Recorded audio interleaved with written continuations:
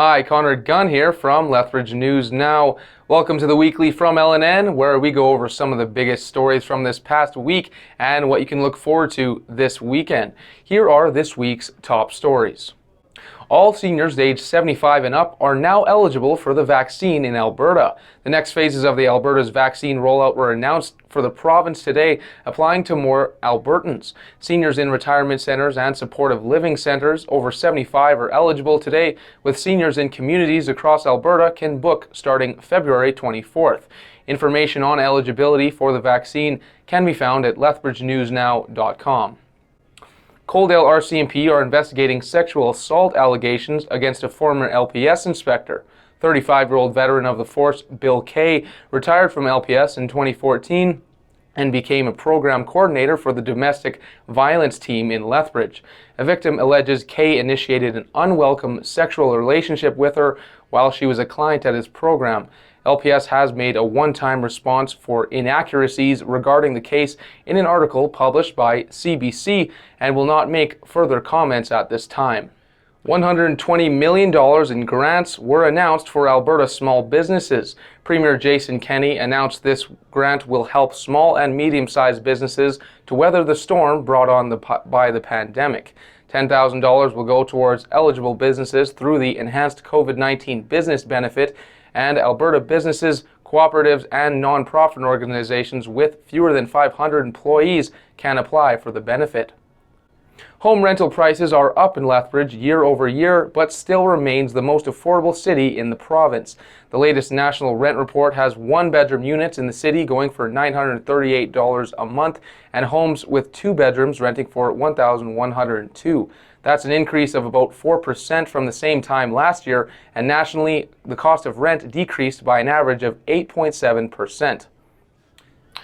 The Supreme Court of Canada will hear an appeal of a case that involves a Lethbridge case in which the constitutionality of a mandatory minimum sentence for recklessly firing a gun. In May 2014, Jesse Dallas Hills pleaded guilty to shooting a car with a bolt-action rifle and firing rounds into a family home in Lethbridge.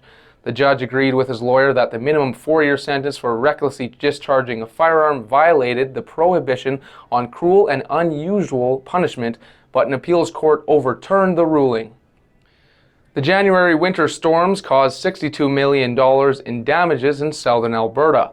The Insurance Bureau of Canada says high winds and snow squalls damaged properties, downed trees, power lines, and collapsed roofs. Between two weather events in both Alberta and Saskatchewan, the damage is over $134 million. Remax Realty has made the first ever sale of $1 million home in Coaldale.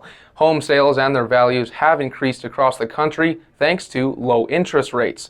The Coaldale home backs onto Land O'Lakes Golf Course, has an outdoor pool, a 4-vehicle garage, 5 bedrooms, 5 bathrooms, all with high-end finishes. The home had been on and off the market for over a year. However, when it was relisted under the Remax Luxury program, it sold in just over 60 days. Should Alberta consider a new provincial sales tax? Currently, Alberta is only province without the form of a PST or HST, in addition to the federal GST. Well, you can give your answers to that question in our poll section of Lethbridge News Now, but get your answers in quick because the poll ends on Sunday evening. Now in some fluffier news, the next generation of K9 cops are here, but they need your help in coming up with names.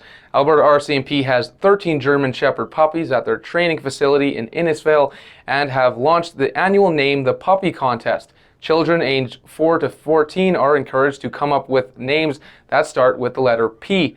More details on the contest and yes, photos of the puppies are at lethbridgenewsnow.com. This year's Nikiyuko Japanese Garden Winter Light Festival set new attendance records. Despite the ongoing pandemic and ever-changing COVID restrictions, the garden welcomed over 20,000 guests this winter. Compared to the previous year, this is a 17.6% increase in visitation. Even though changes were brought on by the pandemic, it sure didn't stop people from experiencing the lights. Those are just a few of the stories we've been covering this week. To stay up to date on the latest local and regional news, head over to lethbridgenewsnow.com or find us on Facebook, Twitter, or Instagram, and on our Lethbridge News Now app. If you have any stories you'd like us to follow, send us a message. Thanks for watching, and tune in next Friday for another edition of The Weekly with me, Connor Gunn. Have a great weekend.